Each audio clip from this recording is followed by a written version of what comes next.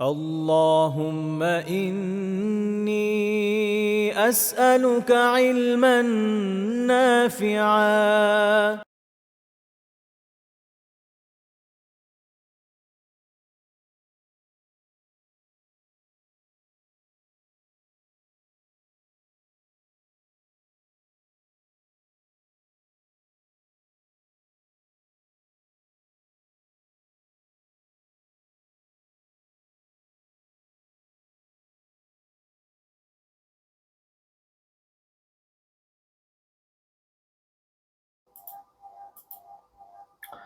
আসসালামু আলাইকুম রহমতুল্লাহি বারাকাতুহু। আশা করি সবাই ভালো আছেন। সবাইকে স্বাগত জানাচ্ছি জীবনাচরণে নববী আদর্শ নতুন দর্শে। ইন্নাল হামদুলিল্লাহ নাহমাদুহু ওয়া নাস্তাঈনুহু ওয়া নুসাল্লি আলা রাসূলিল কারীম ওয়া আলা আলিহি ওয়া আসহাবিহি আজমাইন, আম্মা বাদ। আমরা আলোচনা শুরু করেছিলাম বিগত দিন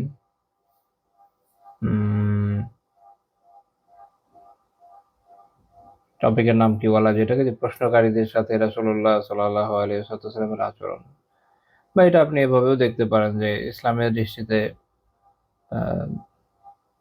প্রশ্ন উত্তর দেওয়ার আদব কি, এভাবে আলোচনা করা যায়। তো গতদিন আমরা আলহামদুলিল্লাহ আলোচনা করেছিলাম যে ফতোয়া কি জিনিস, তারপরে এই বিষয়ক কিছু আদব নিয়ে আমরা আলোচনা করেছি, সালাফের কিছু অবস্থা, তাদের উদ্ধৃতি, এগুলো আমরা আলোচনা করেছি আলহামদুলিল্লাহ।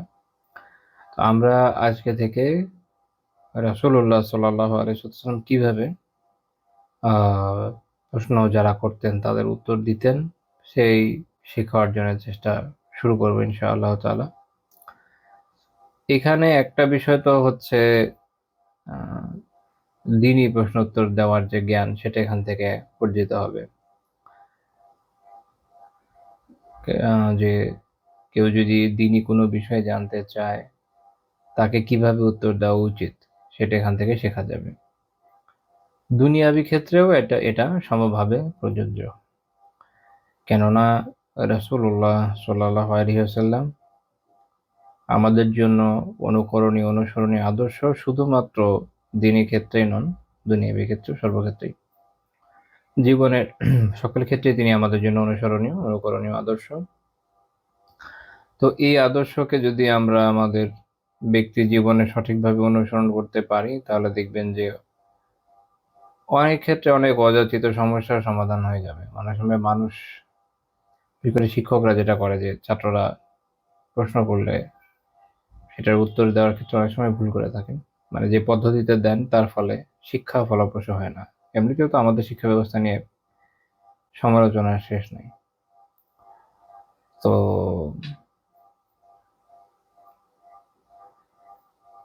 আল্লাহ রাসূল সাল্লাল্লাহু আলাইহি ওয়াসাল্লাম এক্ষেত্রে যে সুন্নাহ রেখে গিয়েছেন, সেটা যদি অনুসরণ করা যায়, তাহলে ইনশাআল্লাহ তাআলা অন্তত এক্ষেত্রে কিছুটা হলেও তো উন্নত হবে।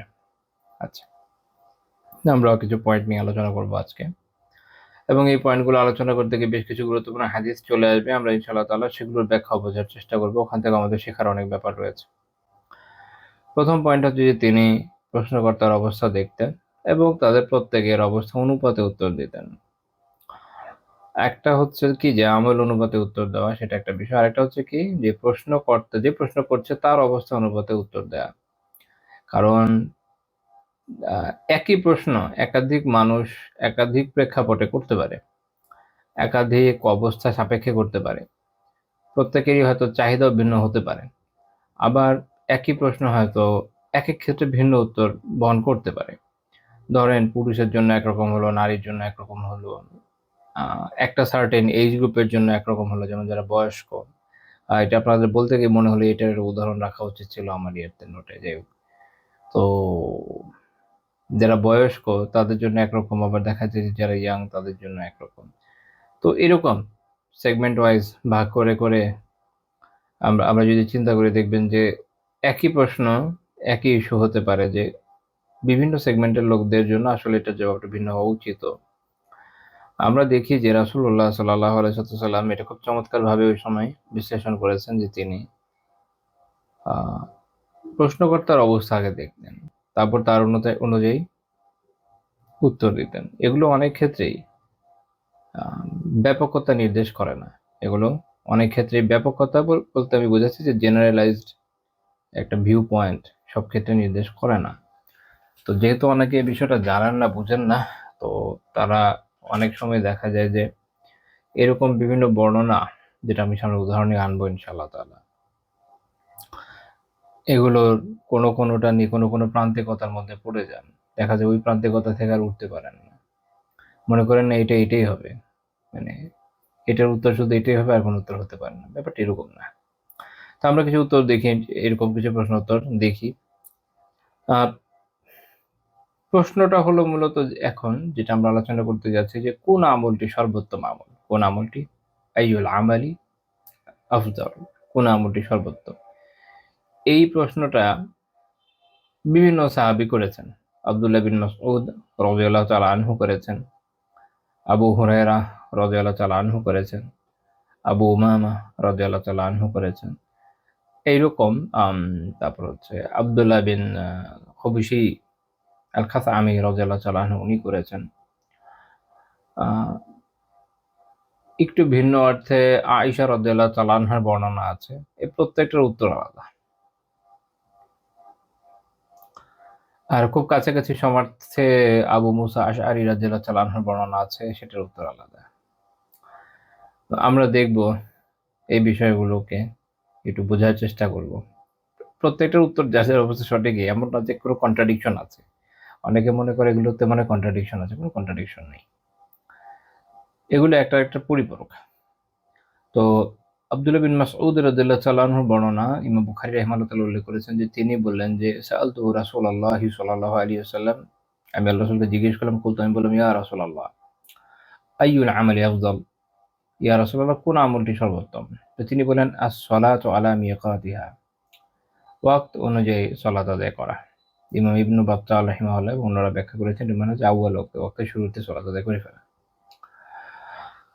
তো সর্বোত্তম আমল তাহলে আমরা জানলাম সেটা কি? সেটা হচ্ছে ওয়াক্ত মতো সলাত আদায় করা। সলাত হচ্ছে এই দিনের খুঁটি। সলাত এমন একটা আমল যেটা একজন মুমিনের প্রকাশ্য শিয়ার, যেটা দেখে বোঝা যায় যে সে একজন মুসলিম। আর যখন এটা কেউ ছেড়ে দেয় তখন এটা বোঝার তার আর হিন্দুর মধ্যে পার্থক্য লেগে থাকে। ওও মসজিদ যায় না, এও মসজিদ যায় না। তো হ্যাঁ, একটা পার্থক্য আছে। বলতে পারেন যে ও পূজা দেয় না। ঠিক আছে? এটা একটা মানা গেল। কিন্তু আ সব হিন্দু আসলে পূজা দেয় না। ওদের মধ্যে অনেক সেকুলার আছে। তো ২ টা বাঙালি মনে করেন। ২ টাই সেকুলার বাঙালি। ঠিক আছে? ধরেন ৩ টাই বাঙালি। একটা খ্রিস্টান, একটা হিন্দু, একটা মুসলমান। হিন্দু আবার ব্রাহ্মণ না। ব্রাহ্মণ হলে পূজা থাকবে। আমি ওটা বাদ দিয়ে দিলাম ধরেন। এরা প্রত্যেকটা হলো সেকুলার বাঙালি। তো ৩ টার এক জায়গায় যদি সারাদিন রাখা হয়, কোনটাই কারো কোনো প্রার্থনা গৃহে যায় না। যেটাই হোক তার প্রার্থনা গৃহে হোক না কেন। আলাদা করার উপায় পাওয়া খুব টাফ যে কার রিলিজিয়ন আসলে কি। যারা কখনো এরকম পরিবেশ থেকে কখনো ঘুরে এসছেন তারা আশা করি আমার কথা বুঝতে পারছেন আমি কি বোঝাচ্ছি। তো একজন মুসলিমের মুসলিম হওয়ার পরিচয় বাহক হচ্ছে তার সলাৎ। মুসলিম সলাৎ আদায় করবেন তো হতেই পারে না। তো সলাৎ, এবং সেটা হচ্ছে ওয়াক্ত মতো। এরকম না যে আ সারাদিন কাজকর্ম করব, রাতের বেলায় এসে সবগুলো একসাথে পড়ে ফেলব। এভাবে না। কারণ সলাৎ ওয়াক্ত অনুযায়ী ফরজ করা হয়েছে। সব একসাথে পড়ার জন্য ফরজ করা হয়নি। বাই চান্স যদি কেউ এমন সিচুয়েশনে পড়ে, যেমন খন্দকের যুদ্ধের সময় কুফফারদের আক্রমণ এত ব্যাপক ছিল যে মুসলিমরা সক্ষম হন নাই কয়েক ওয়াক্তে সলাৎ আদায় করতে। পরে কাজা করতে হয়েছে। তো এটা হচ্ছে খুবই এক্সেপশনাল কেস। জাননি টানাটানি। এটা ছাড়া এটা একজন মুসলিমের তো হইতেই পারে না যে সে সব সলাৎ একসাথে আদায় করবে। এটা আমি স্মৃতি থেকে বলছি। আমি অনেক আগে এরকম সেকুলার ঘরানার কিছু মানুষজনের ক্ষেত্রে দেখেছি যে তারা মানে প্রশংসা করছে কি যে অমুক খুব ভালো। কেন ভালো?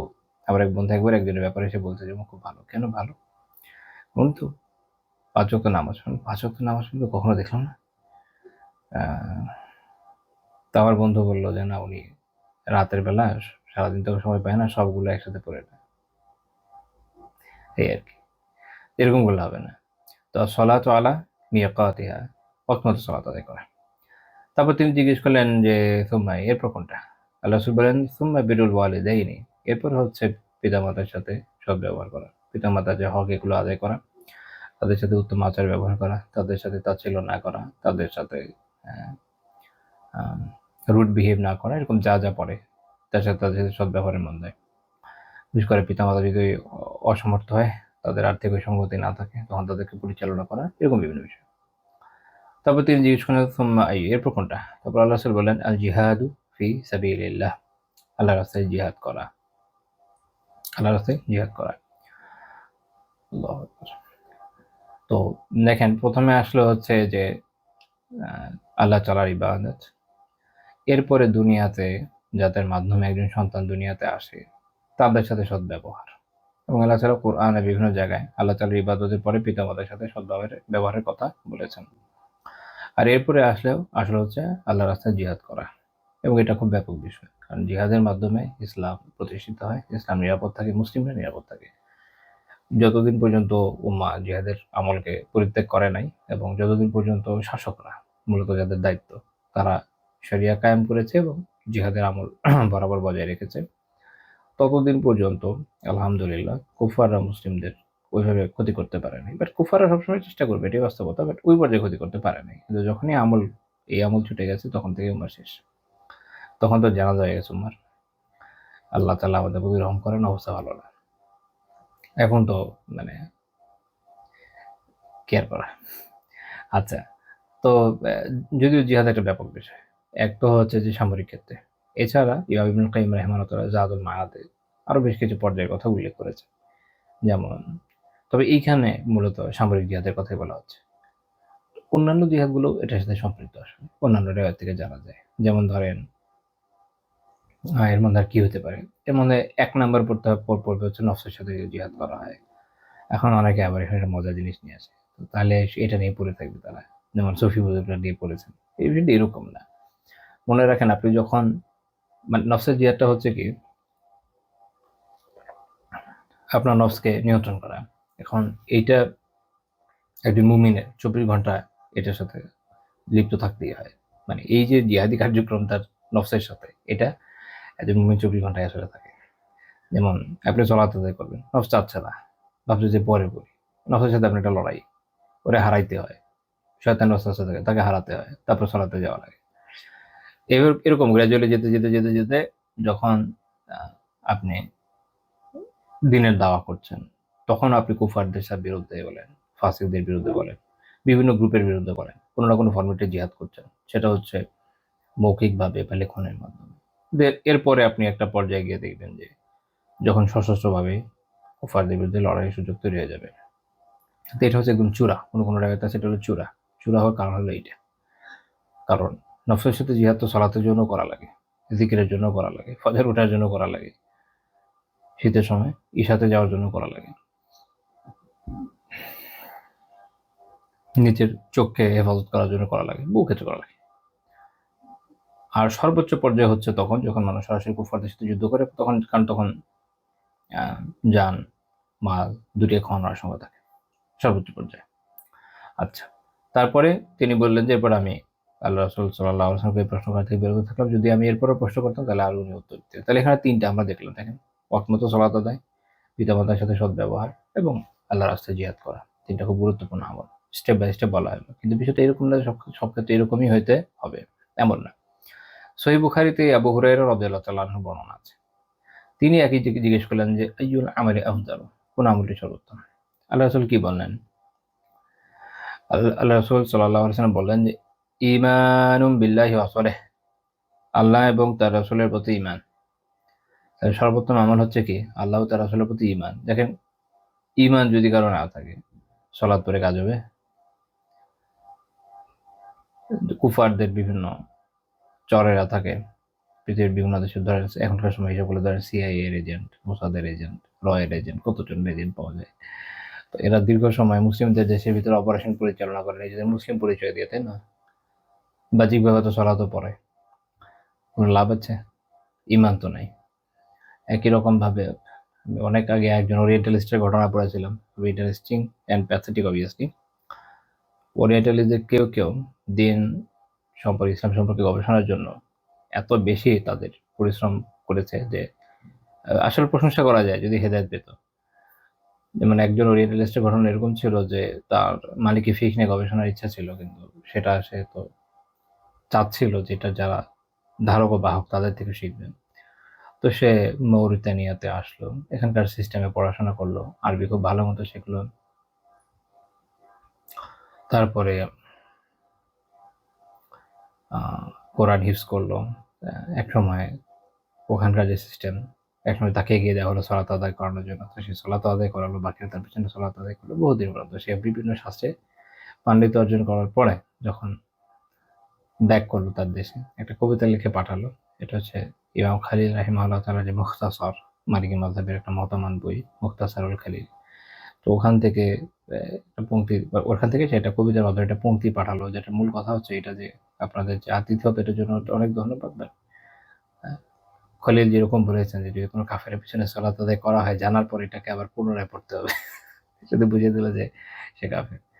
তো এই জন্য আগে তো কি দরকার? ইমান, আল্লাহ তাআলার উপর ইমান এবং তার রাসূলের উপর ইমান, এবং এটার মধ্যে সব আসবে। আল্লাহর সাথে ইমানের সাথে সম্পৃক্ত যা, আল্লাহ তাআলার তাওহীদের সকল দিককে, আল্লাহ তাআলার রুবুবিয়্যাতে, উলুহিয়্যাতে, তার আসমা ও সিফাতে ইমান আনা, রাসূল সাল্লাল্লাহু আলাইহি ওয়াসাল্লামের উপর ইমানের ক্ষেত্রে বিশেষ করে তিনি যে সর্বশেষ নবী রাসূল, এই ইমান রাখা, যেটা এখনকার সময় কাদিয়ানীরা তারা এটা বিশ্বাস করে না।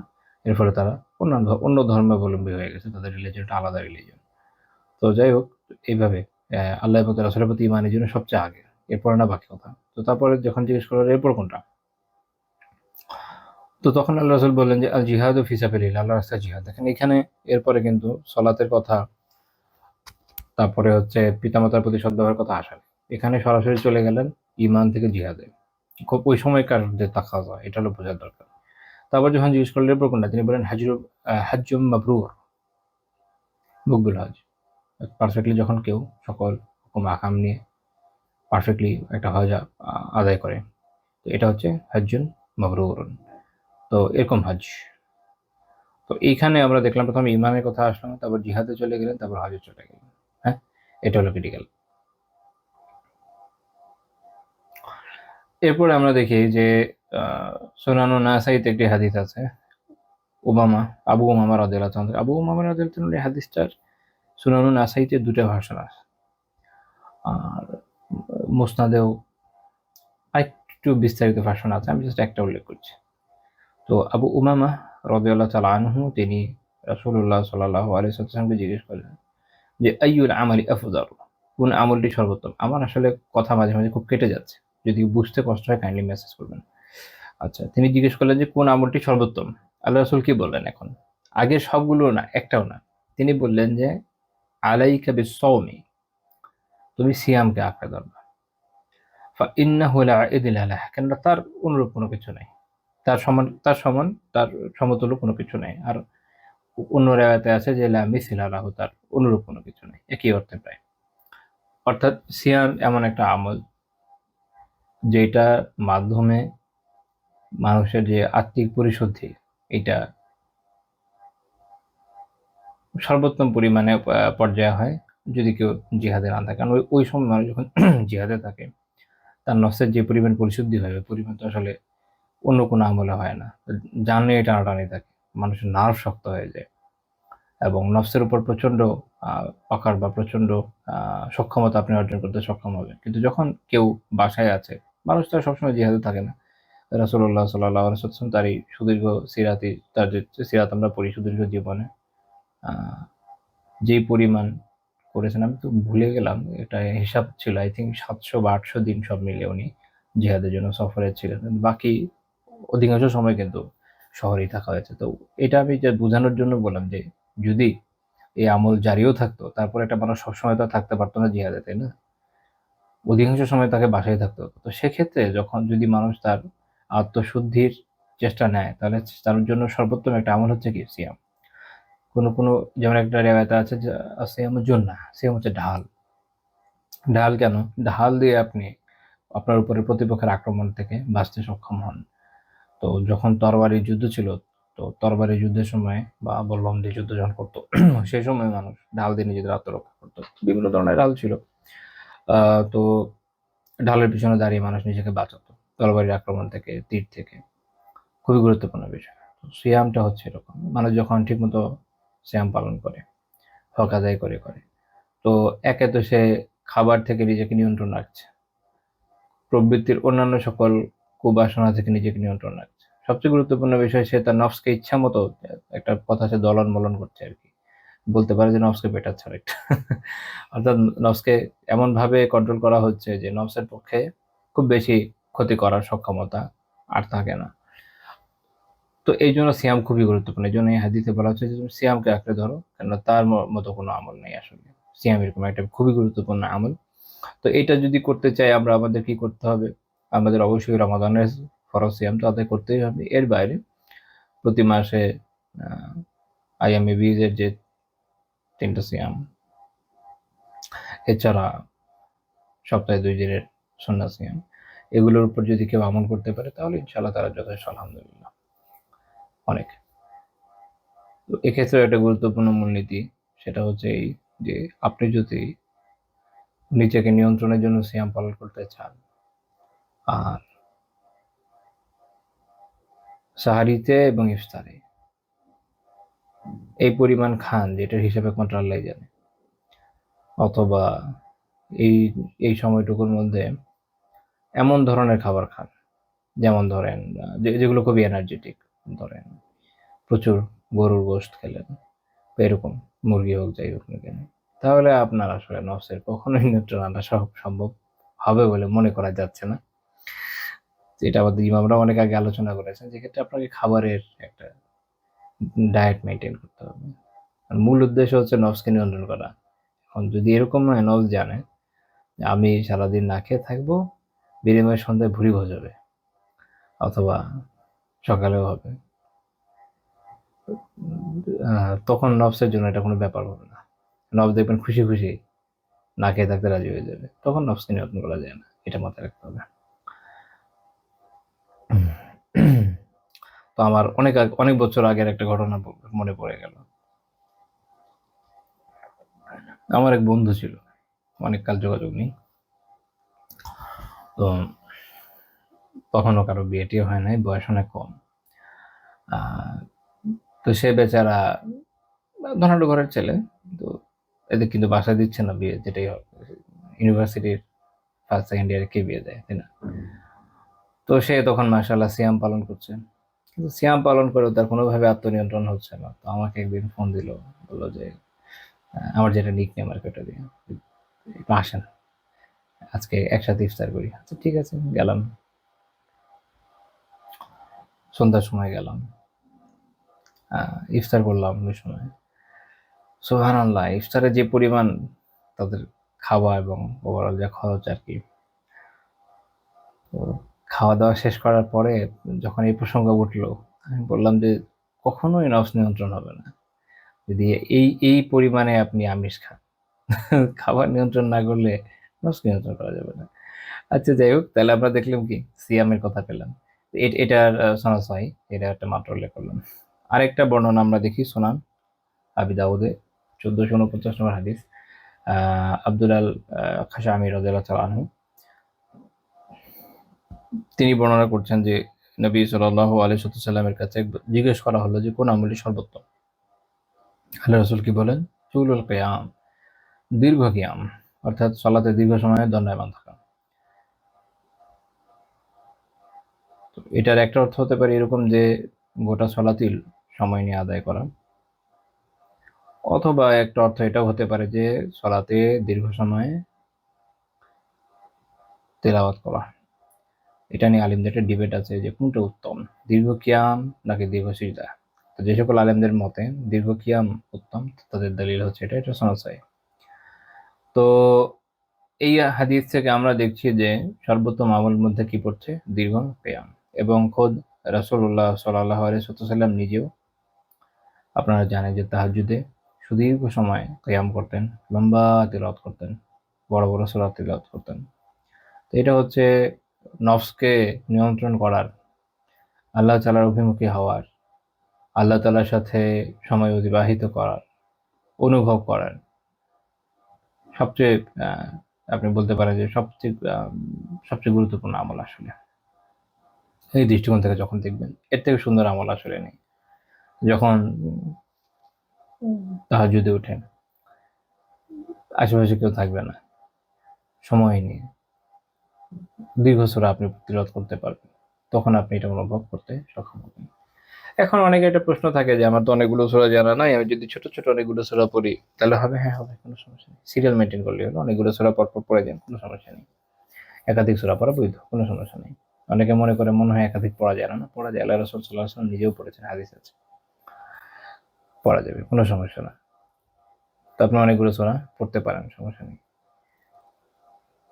তবে অভিজ্ঞতা হচ্ছে এটা, অভিজ্ঞতা কি বলে সেটা হচ্ছে যে দীর্ঘ যে আয়াতগুলো আছে না, এইটা আসলে আপনি যত সুন্দর করে সুললিতভাবে তেলাওয়াত করতে পারবেন, এবং এটা যে একটা রিদম আছে, এটার যে একটা মানে হৃদয়গ্রাহী আলাপ পদ্ধতি আছে, এটা ছোট সূরাগুলোর মধ্যে কিন্তু নেই।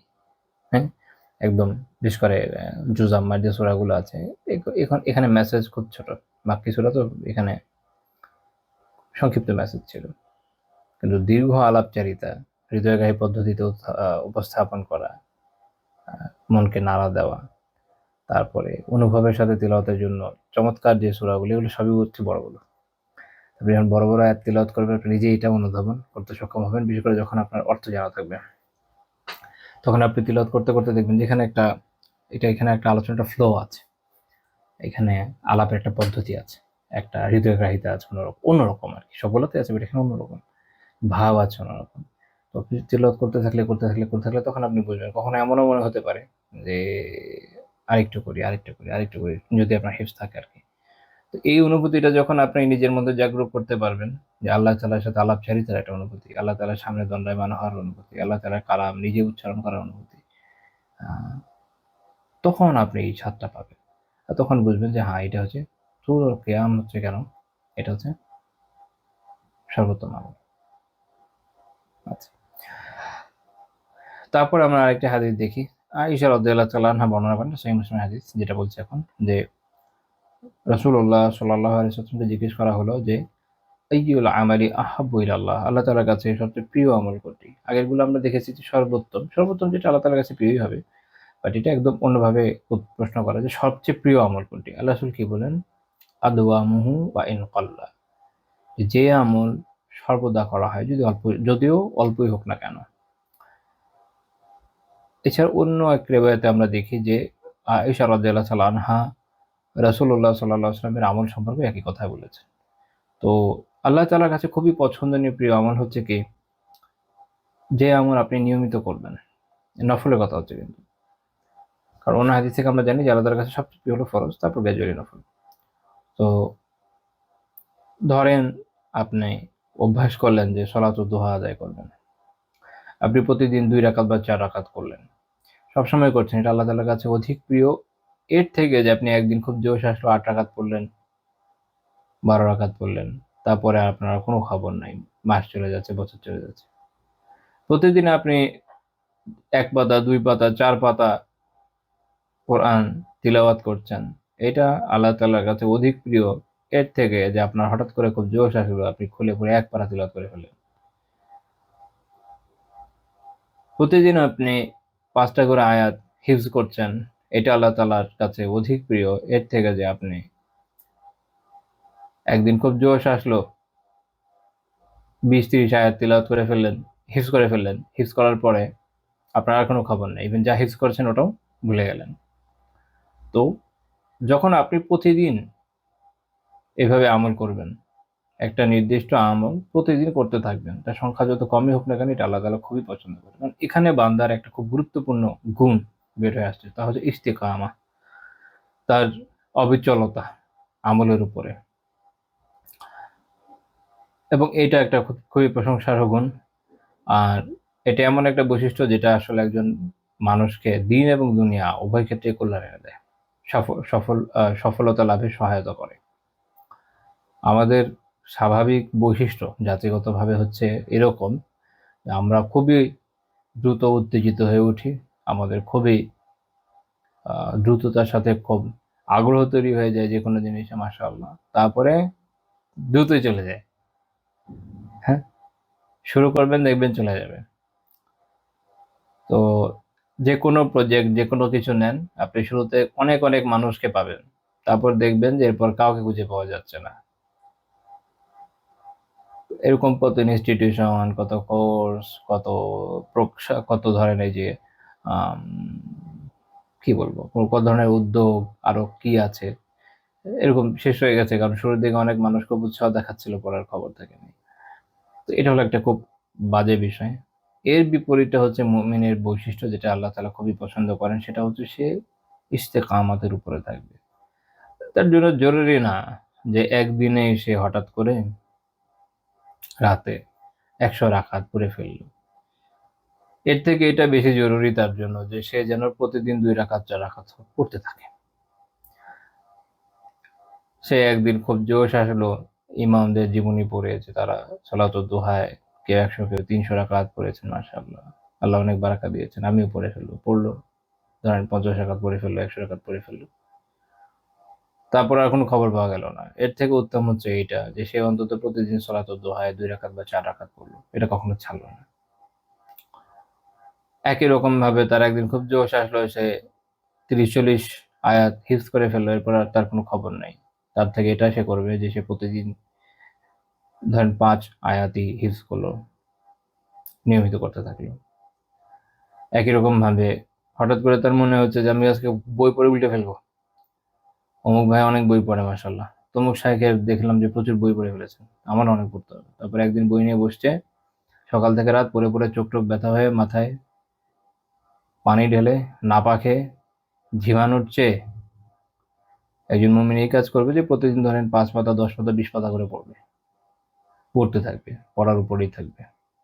মনে রাখেন, ইসলাম আমাদের প্রতি এহসান করেছে, সহজ করেছে। আর আমরা যদি সেটা নিতে ব্যর্থ হই, আমাদের ব্যর্থতা। একদিন খুব জোশ আসলো, আমি কয়েক হাজার বার দরুদ পড়ে ফেলবো, মাশাআল্লাহ। এদিকে দিনের পর দিন চলে গেল, 100 বারও পড়ার সুযোগ হলো না। এটা অপছন্দনীয়, এটা পছন্দনীয় না। আল্লাহ তাআলার কাছে প্রিয় আমল হচ্ছে এটা, যে আপনি প্রতিদিন করবেন, যদিও অল্প হোক না কেন। তো এখান থেকে একটা মূলনীতি শিখে রাখেন যে নিজের জন্য যে আমল ঠিক করবেন, মামুলাত বলে, যে নিজের জন্য যে আমল ঠিক করবেন, যে নফল আমি প্রতিদিন এই করব। এবং সাহাবীদের থেকে, আমাদের তাবে পরবর্তী ইমামদের থেকে এরকম বর্ণনা আছে, প্রত্যেকে নিজের জন্য একটা আমল মামুলাত ঠিক করতেন। এছাড়া একটা হাদিসেও এটা আছে।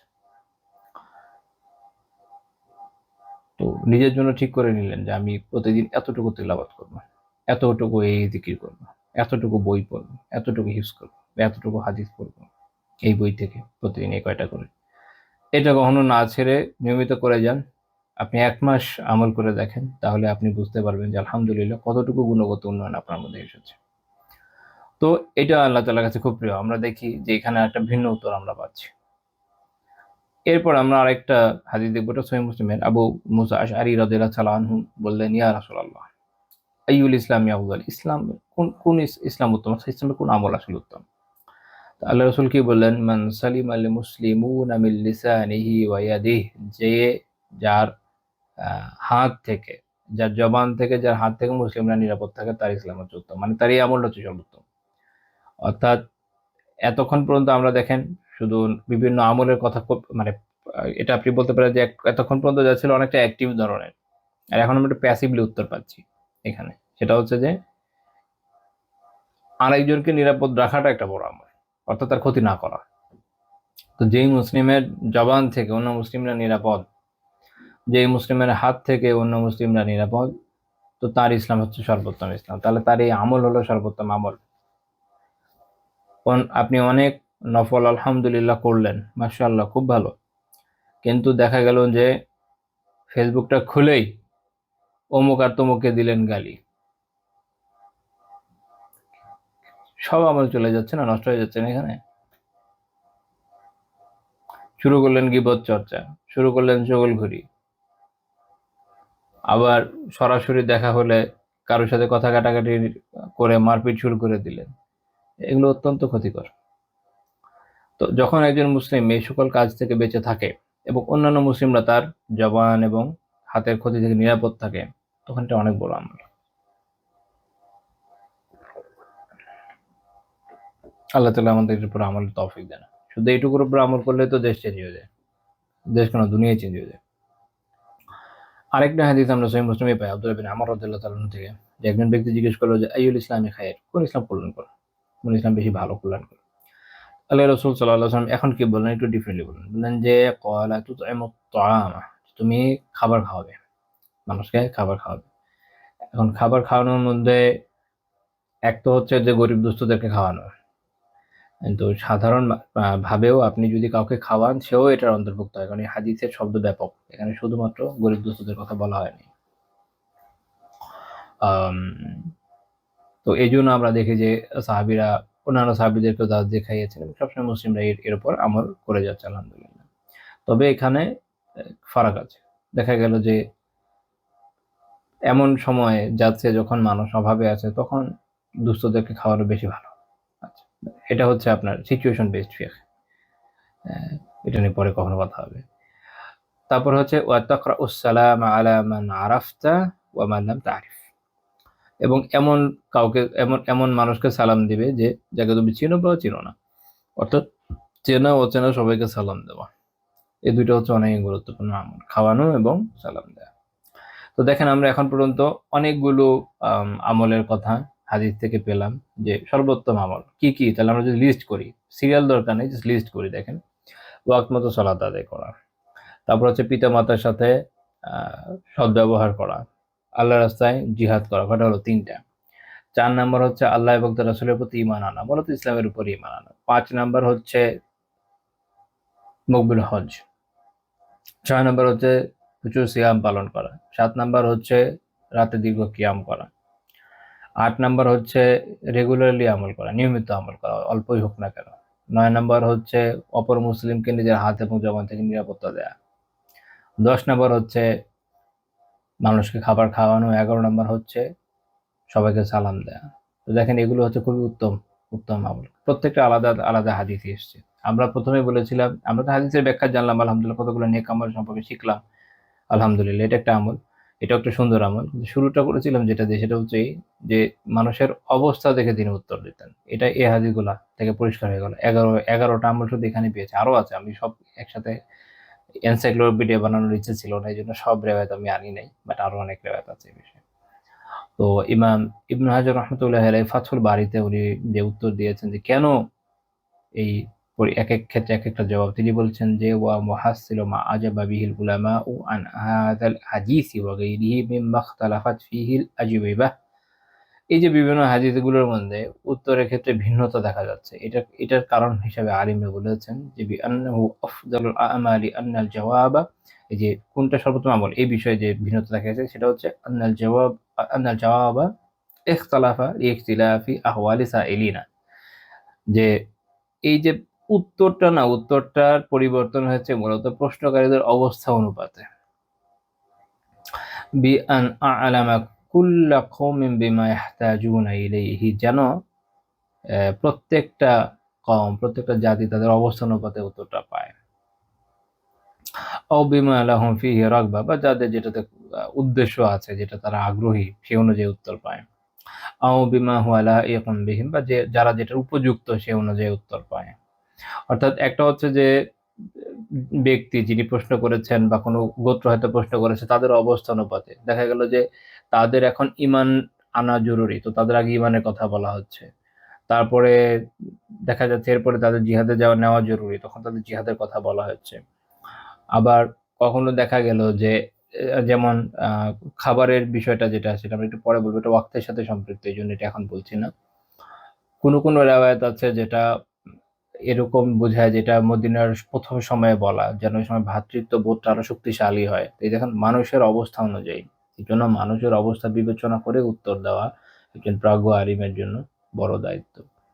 তারপরে উনি বলছেন আউকানা ইখতিলাফু বিইখতিলাফিল আওকাত, কখনো সময়ের পরিবর্তনের অনুযায়ী উত্তর পরিবর্তিত হইতো, যেমন বিআইয়াকুনাল আমালু ফি যালিকাল ওয়াক্তি আফদালা মিনহু ফি গায়রিহি, হতে পারে ওই সময়ের ওই আমলটা অন্য সময় থেকে বেশি উত্তম। মানে এই একই আমল কখনো এই সময় বেশি উত্তম, আবার আরেক সময় এইটা বেশি উত্তম হবে না, অন্য একটা আমল বেশি উত্তম হবে। ফাকাদ কানা জিহাদু ফি ইবতিদাইল ইসলামি আফদালুল আমাল, ইসলামের শুরুর সময় জিহাদ ছিল সবচেয়ে বড় আমল। কেন উনি উত্তর দিচ্ছেন যে কারণ হচ্ছে একটা হচ্ছে লিআন্নাহুল ওয়াসিলাতু ইলাল কিয়ামি বিহা ওয়া তামাক্কুনি মিন আদাইহা, কারণ ওই সময় জিহাদের মাধ্যমে ইসলাম প্রতিষ্ঠা পাচ্ছিল এবং শত্রুদের বিরুদ্ধে সাহায্য হচ্ছিল। তো এটা ওই সময় সবচেয়ে গুরুত্বপূর্ণ আমল। ইবনে হাজার রাহিমাহুল্লাহ অনেক পরের লোক, তো উনি ওই আগের সময়কার অবস্থান অনুযায়ী বলছেন। তারপর তিনি বলছেন وقد تضافرت النصوص على أن الصلاة أفضل من الصدقة। বিপুল পরিমাণ রেওয়ায়াত রয়েছে যেটা থেকে বোঝা যায় যে সদাকার থেকে সলাত উত্তম, এতে কোনো সন্দেহ নাই, তাই না? সলাত বলতে নফল সলাত। ওয়া যালিকা, এরপর ফাফি ওয়াক্তি মাওয়াসাতিল মুফতর তাকুনু সাদাকাতু আফদাল, কিন্তু যখন দুস্থদের পীড়িতদের সেবার ইস্যু আসবে, সাহায্যের বিষয় আসবে, যেমন ধরেন দুর্ভিক্ষের সময়, মানুষের অভাবের সময়, তো তখন সদাকা উত্তম হয়ে যাবে। এটা হচ্ছে সিচুয়েশন বেসড। হ্যাঁ, এই জন্য এই যে উত্তরগুলো দেওয়া হচ্ছে এগুলো হচ্ছে ব্যক্তির অবস্থা, সময়, ব্যক্তির অবস্থা, সময় এই সাপেক্ষে। অনেক সময় আমাদের বিশেষ করে যারা বক্তারা বয়ান করেন ওনারা এমন কথা বলে বসেন যেটা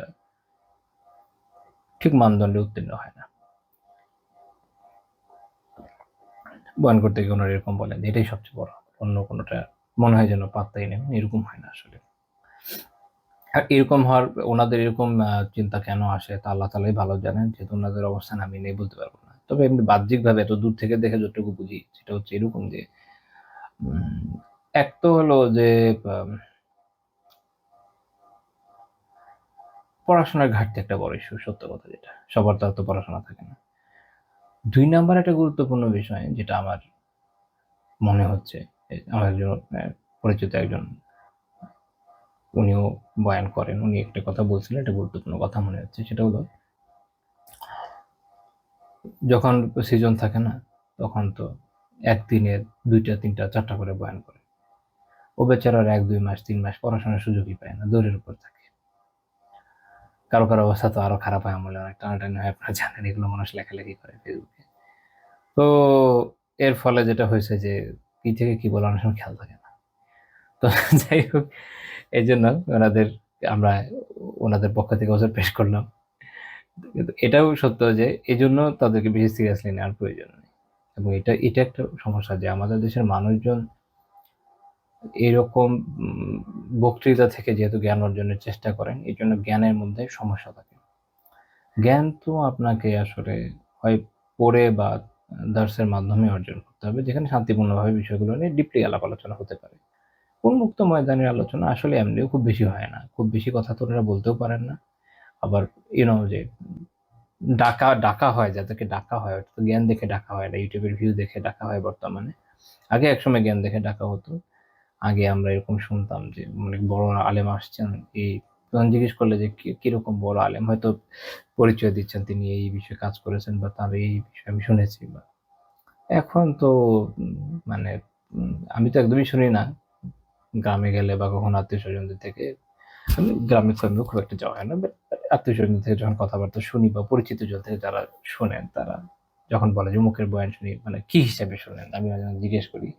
তো তখন যেটা ফিডব্যাক যেটা পাই সেটা থেকে এটা বললাম যে আসলে YouTube এ তার ভিউ অনেক বেশি, অনেক মানুষ দেখে, তো আমিও দেখি, ভালোই বলে। আচ্ছা ঠিক আছে। তো ভালো বলে তো ভালোই, আর কি বলার।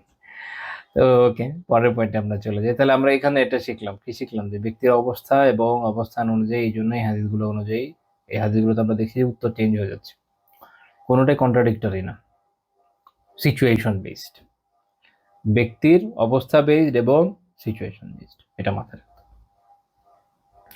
২ নম্বর হচ্ছে কখনো দেখবেন একই সাবজেক্টের ভিতরে সাব সাবজেক্ট বলতে পারেন আপনি, বা সাবসেকশনও বলতে পারেন, ওটাতে চেঞ্জ আসে। অর্থাৎ একটা আমব্রেলা টার্ম, এটাকে হয়তো বলছেন যে সর্বোত্তম, কিন্তু এটার ভিতরে যখন আরো বিভিন্ন শাখা প্রশাখার কথা আসবে তখন আলাদা আলাদা উত্তর আসছে। এটা আমরা একটা উদাহরণ দেখতে পারি, যেমন কোন জিহাদ সর্বোত্তম, যখন এই প্রশ্ন করা হয়েছে যে রাসূলুল্লাহ সাল্লাল্লাহু আলাইহি ওয়াসাল্লাম আলাদা আলাদা উত্তর দিয়েছেন। এটাও একই কথা, ওই আগের ব্যাখ্যার সাথেই যাবে। অর্থাৎ ব্যক্তির অবস্থা, অবস্থান, সময় এবং সময় সবকিছু মিলে উত্তর আসে। ইমাম আবু দাউদ রাহমাতুল্লাহ আলাইহি বর্ণনা করেছেন 1449 নম্বর হাদিস, যে একজন সাহাবী জিজ্ঞেস করলেন, আল্লাহর রাসূলকে জিজ্ঞেস করা হলো যে আইয়ুল জিহাদি আফদাল, কোন জিহাদ সর্বোত্তম? জিহাদের যে অনেক ভাগ হতে পারে এটা বোঝা গেল তো এখান থেকে, এই হাদিসের এই অংশ থেকে বোঝা যায়। তালিম এমনি এমনি ভাগ করেননি। আচ্ছা, আল্লাহ রাসূল কি বললেন, মান জাহাদাল মুশরিকিনা বিমালিহি ওয়া নাফসিহি, যে মুশরিকদের সাথে তার সম্পদ দিয়ে এবং জান দিয়ে জিহাদ করে, এটা সর্বোত্তম জিহাদ। এখানে ক্লিয়ার, সহিহ হাদিস এটা। তো এখান থেকে আমাদের একদম পরিষ্কার হয়ে যায় যে এটা হলো সর্বোত্তম, যেটা আমি এর আগে ব্যাখ্যা করে এসেছি। আচ্ছা, এরপরে আমরা আরেকটা পয়েন্টে যাব। এখন স্বাভাবিকভাবে নারীদেরও একটা আকাঙ্ক্ষা থাকতে পারে যে আমরাও তাহলে জিহাদে যাই। আমরা অনেক সময় দেখেছি অনলাইনে অনেক বোনেরা এরকম লেখালেখি করেছেন, টেলিগ্রামে করেছেন, কেউ কেউ এই কারণে নির্যাতনের শিকার হয়েছেন। তাদের প্রতি সমবেদনা জ্ঞাপন করছি, তাদের জন্য দোয়া করি, আল্লাহ তাদের প্রতি রহম করেন। তবে এটা তাদের দায়িত্ব না, এবং আল্লাহ তাআলা যখন বান্দাকে কোনো দায়িত্ব দেন না, সেটা নিজের কাঁধে উঠিয়ে নিতে হয় না। তো সহিহ বুখারী হাদিস 1520 নম্বর হাদিস, আয়েশা রাদিয়াল্লাহু তাআলা আনহা তিনি বলেন, ইয়া রাসূলুল্লাহ, নারাল জিহাদ আফদালাল আমাল আফালা নুজাহিদু, আমরা তো এটা দেখছি যে জিহাদ হচ্ছে সর্বোত্তম আমল, তা আমরা কি জিহাদ করব না? প্রত্যেক মেয়ের যেটা প্রশ্ন আসতে পারে। আল্লাহ রাসূল বলেন, না, লাকিন আফদালাল জিহাদ হাজ্জুন মাবরুরুন, না, বরং সর্বোত্তম জিহাদ হচ্ছে মকবুল হজ। আল্লামা উবাইদুর রহমান আল্লামা উবাইদুল্লাহ রহমানের মুবারকপুরি রাহিমাহুল্লাহ তাআলা মিরআতুল মাফাতিহিতে ব্যাখ্যা করছেন যে, কারণ উনি বলছেন যে নারীদের ক্ষেত্রে হজ এবং ওমরা জিহাদের কায়েমে মাকাম, অর্থাৎ জিহাদের প্রতিস্থাপক নারীদের জন্য হচ্ছে হজ এবং ওমরা। যখন হজে একজন নারী যায়, তখন তাকে যথেষ্ট কষ্টের উপর দিয়ে যেতে হয়। ইমাম সিন্দি রাহিমাহুল্লাহ তাআলা সুনান ইবনে মাজাহতে তার হাশিয়াতে বলছেন হজ এবং ওমরার বিষয়ে যে, ফাইন্নাহুমা ইশবিহানিল জিহাদ ফি সাফারি ওয়াল খুরুজ মিনাল বিলাদি ওয়াত তাআব। হজ এবং ওমরা নিজের সফরে যাওয়া, নিজের অঞ্চল থেকে বের হওয়া এবং যে পরিমাণ পরিশ্রম হয়, যে ফ্যাটিগ হয় মানুষের, সেইটার দিক থেকে হজ এবং ওমরা জিহাদের অনুরূপ। তো এই জন্যই হাদিসে নারীদের জিহাদ বলা হচ্ছে কি হজকে, ওমরার মধ্যে পড়বে, যেটা আলিমরা বলেন। কারণ হচ্ছে আরেকটা হাদিস আছে ইবনে মাজাহতে 2901 নম্বর হাদিস, আয়েশা রাদিয়াল্লাহু আনহা জিজ্ঞেস করেন, ইয়া রাসূলুল্লাহ, আলা নিসাই জিহাদুন, নারীদের জন্য কি জিহাদ আছে? আল্লাহ রাসূলের নাম, হ্যাঁ আছে। আলাইহিন্না জিহাদুন, হ্যাঁ তাদের জন্য, তাদের উপর জিহাদ আছে। লা কিতালা ফিহি, তবে এটার মধ্যে কোনো যুদ্ধ নাই। সেটা হচ্ছে আল হজ্জ ওয়াল উমরা, এটা হচ্ছে হজ এবং ওমরা, হজ এবং ওমরা, এটা সনদ সহিহ। তো এটা হচ্ছে মেয়েদের জন্য আল্লাহ রাসূল সাল্লাল্লাহু আলাইহি ওয়াসাল্লাম জানিয়ে দিলেন যে আল্লাহ তাআলা তাদের প্রতি ইহসান করেছেন, তাদেরকে সরাসরি যুদ্ধের দায়িত্ব দেন নাই। তাদের দায়িত্ব হচ্ছে সর্বোচ্চ এই পর্যায় পর্যন্ত, যদি সক্ষম হয় হজ এবং উমরা করবে মাহরমের সাথে গিয়ে। এবং এখনকার আধুনিক সময়ে এত সহজ করে দেওয়ার পরও হজ এবং উমরার মধ্যে যে পরিমাণ কষ্ট করতে হয়, তখনই মানুষ বুঝে যে সোটা আপনার তাওয়াফ করা শেষ করার পর সাই করতে গেলে অনেক কষ্ট। আমি তো আলহামদুলিল্লাহ আমার আলীর সাথে যখন গিয়েছিলাম, আমার আলীর অবস্থা খুব কঠিন হয়ে গেছিল।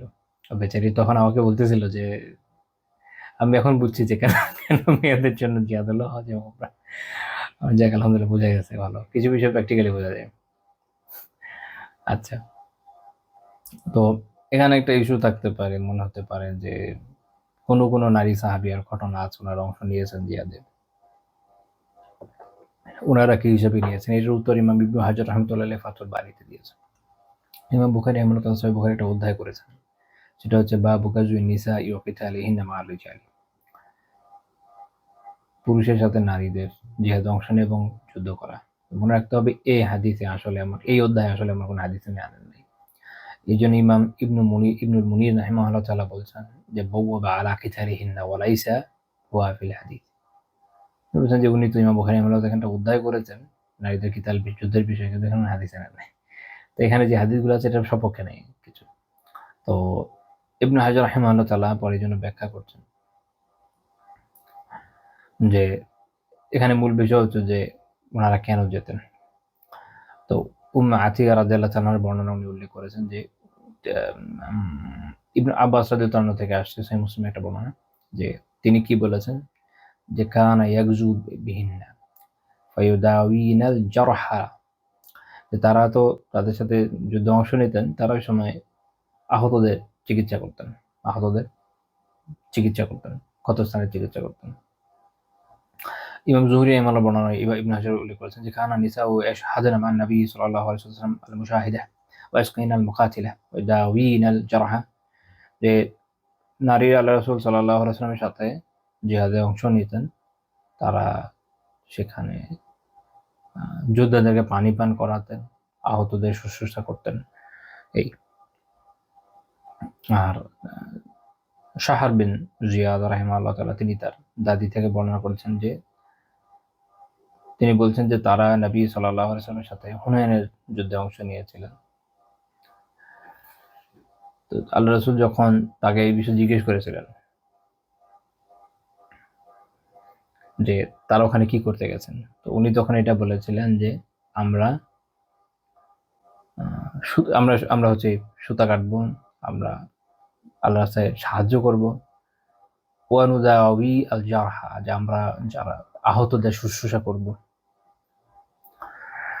তারপরে উনি এরপরে বলেছেন যে আমরা তীর পৌঁছে দেব, তারপর হচ্ছে ছাতু পান করাবো, এরকম।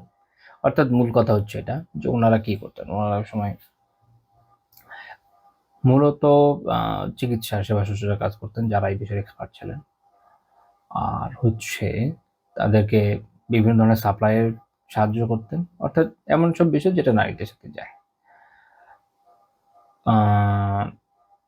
পরবর্তী পর্যায়ে যখন সাহাবীরা বিভিন্ন জায়গায় বড় অভিযানে বের হলেন, যেমন রোমের বিরুদ্ধে, পারস্যের বিরুদ্ধে, তখন আমরা অনেক নারী সাহাবিয়াকে ওখানে অংশ নিতে দেখি। এর কারণ হচ্ছে যে ওনারা ওই সময় বের হয়ে যেতেন উইথ ফ্যামিলি। এখনকার মতো এইভাবে ফোর্স আলাদা করে যাওয়া হতো না। তো তারা পরিবার সহ চলে যেতেন। যেমন ইয়ারমুকের যুদ্ধের ঘটনায় পাবেন যে তাদের পরিবারগুলো অনেক অনেক পিছনে একটা জায়গায় তাদেরকে রাখা হয়েছিল। এবং যখন প্রথম দিকের মুসলিম সেনাবাহিনী একটু পিছু হটে যাচ্ছিল, তখন ওই তাঁবু পর্যন্ত তারা পৌঁছে গিয়েছিল, যেখানে আবু সুফিয়ান রাদিয়াল্লাহু তাআলা আনহু, তার স্ত্রী হিন্দ রাদিয়াল্লাহু তাআলা আনহা এবং অন্যান্যরা ছিলেন। তো তারা তাদেরকে আবার ভাগিয়ে ভাগিয়ে যুদ্ধের দিকে ফেরত পাঠিয়ে দিয়েছেন, উৎসাহ দিয়েও এবং অন্যান্যভাবেও। তো এখানে আর কি বোঝা যায় যে তারা এই জন্য ওখানে কাছাকাছি অবস্থান করতেন, বিকজ ওই সময় কিছু করার নাই, কারণ একবারে বের হয়ে গেছে ফ্যামিলি নিয়ে, কতদূর পর্যন্ত আল্লাহ তাআলা নেয় আল্লাহু আলাম। এই তো এমনিতে এটা নারীদের বিধানের মধ্যে পড়ে না। আচ্ছা, তাহলে আমরা দেখেন জিহাদের প্রকারের মধ্যে দেখলাম না ভাগ, এখন আরেকটা দেখব। তারিক বিন শিহাব রাদিয়াল্লাহু তাআলা আনহু বর্ণনা করছেন যে রাসূলুল্লাহ সাল্লাল্লাহু আলাইহি ওয়াসাল্লাম একবার তার বাহনের রেকাবে পা দিয়েছেন, তখন একজন ব্যক্তি জিজ্ঞেস করলেন, আইয়ুল জিহাদি আফজাল, কোন জিহাদ সর্বোত্তম? আল্লাহ রাসূল বললেন, কালিমাতু হাক্কিন ইনদা সুলতানিন জায়ের, যে সুলতান জায়ের, যে এটা কি জিনিস, যে হচ্ছে মুল্লা আলী কারি রহমাতুল্লাহ ব্যাখ্যা করছেন এমন শাসক যে হচ্ছে পাপিষ্ঠ জালেম, এরকম শাসকের সামনে গিয়ে হক কথা বলা। সুনানুন নাসাই 4209 নম্বর হাদিস, সহিহ সনদে। তো আমরা এখানে দেখছি যে আল্লাহ রাসূল সাল্লাল্লাহু আলাইহি ওয়াসাল্লাম এমন একটা সময় এই কথা বলছেন যখন শাসক বলতে উনিই আছেন, এবং এর পরবর্তীতে একটা সময় পর্যন্ত খোলাফায়ে রাশিদিন ওনার এক শাসন ক্ষমতায় ছিলেন। কিন্তু একটা সময় যে এমন লোকজন আসবে যারা জালেম হবে, তা আল্লাহ রাসূল যে জানতেন, আল্লাহ তাআলা তাকে জানিয়েছেন, এটা বোঝা গেল এখানে। উনি আগেই বলে যাচ্ছেন যে এদের সামনে যখন হক কথা বলা হবে, এটা হলো সর্বোত্তম জিহাদ। কেন? কারণ আলিমরা যে ব্যাখ্যা করেছেন সারসংক্ষেপ হচ্ছে এটা, যে জালেম শাসক যারা হয় এরা আসলে হক কথা শুনতে পছন্দ করে না, এরা মোসাহেবি পছন্দ করে, জিহুদি শুনতে পছন্দ করে। আপনি কি বলবেন, হ্যাঁ আপনি যা করছেন খুব ভালো করছেন। যদি কেউ বিকল্প এর থেকে ভিন্ন কোনো কথা বলে, দেখা যায় তারা ক্ষুব্ধ হয়ে যায়, তাদেরকে হয়তো জেলে নিক্ষেপ করে, তাদেরকে হত্যা করে। এবং আমরা তো দেখি না, যুগ যুগ ধরে আমাদের সাথে তাই চলছে। তো এরকম বিভিন্ন জায়গাতে যখনই এই ধরনের শাসকরা ক্ষমতা এসে, যারা জালেম, তারই কাজ করছে। কাজেই যখন কেউ জালেম শাসকের কাছে গিয়ে হক কথা বলবে, তখন এটা তার জানের জন্য অনেক বড় রিস্কের বিষয় হয়ে যাবে। তো খুব স্বাভাবিক, এটা বলার পরে সম্ভাবনা আছে যে সে হয়তো জীবিত ফিরবে না, হয়তো আবার জীবিত ফিরলেও সম্ভাবনা আছে যে হয়তো তাকে জেলে যেতে হতে পারে, যে কোনো কিছু হতে পারে। তো এই কারণে এটা অনেক বড় আমল, অনেক বড় আমল। তো দেখেন, এটা হলো সিচুয়েশন বেসড, যে এমনিতে তো মুশরিকদের সাথে জিহাদ করাই সর্বোত্তম। যখন দেখা গেল যে একটা দেশে ওই অবস্থা নাই, কিন্তু শাসক এরকম যে সে এখানে দিন কায়েম করছে না এবং বিভিন্ন অনাচারে লিপ্ত আছে, তখন আলিম বলেন আওয়াম বলেন সবারই এটাই দায়িত্ব, যার সক্ষমতা আছে সেই অনুযায়ী সেই অনুপাতে যে সে তার কাছে গিয়ে জানাবে, তাকে সংশোধনের উদ্যোগ নিবে। তো এবং এখানে তার কাছে বলতে সশরীরে থাকা ছাড়াও আলিমরা ব্যাখ্যা যেমন করেছেন যে চিঠি লেখার মাধ্যমে বা অন্যান্য মাধ্যমে যদি তার কাছে কথা পৌঁছানো যায় সেটাও এর অন্তর্ভুক্ত হবে। মোট কথা হচ্ছে যে তার কাছে যেন যায়, ইন্দা মানে হচ্ছে নিকটে, তো তার কাছে হতে হবে, এটা হলো কথা। তো এখানে আমরা দেখলাম যে একই আমল কিন্তু এইটারও ভাগ যে হয় এবং এইটা এক এক সিচুয়েশনে এক এক রকম, কারোর জন্য এটা ঠিক আছে কারোর জন্য এটা নাই। আবার একই আমল কখনো এই ক্ষেত্রে সর্বোত্তম, কখনো ওই ক্ষেত্রে এটা সর্বোত্তম, সেটা আমরা এই হাদিস থেকে আলহামদুলিল্লাহ জানতে সক্ষম হলাম। এরপরে যে টপিক নিয়ে আমি আলোচনা করার চিন্তা করেছিলাম ওটা নিয়ে আলোচনা করতে গেলে ওটা আমাদের একটু লম্বা দিকে চলে যেতে হবে। তো আজকে আমরা এই পর্যন্তই রাখবো ইনশাআল্লাহ তাআলা। সুবহানাকাল্লাহুম্মা বিহামদিকা লা ইলাহা ইল্লা আনতা আস্তাগফিরুকা ওয়া আতুবু ইলাইক।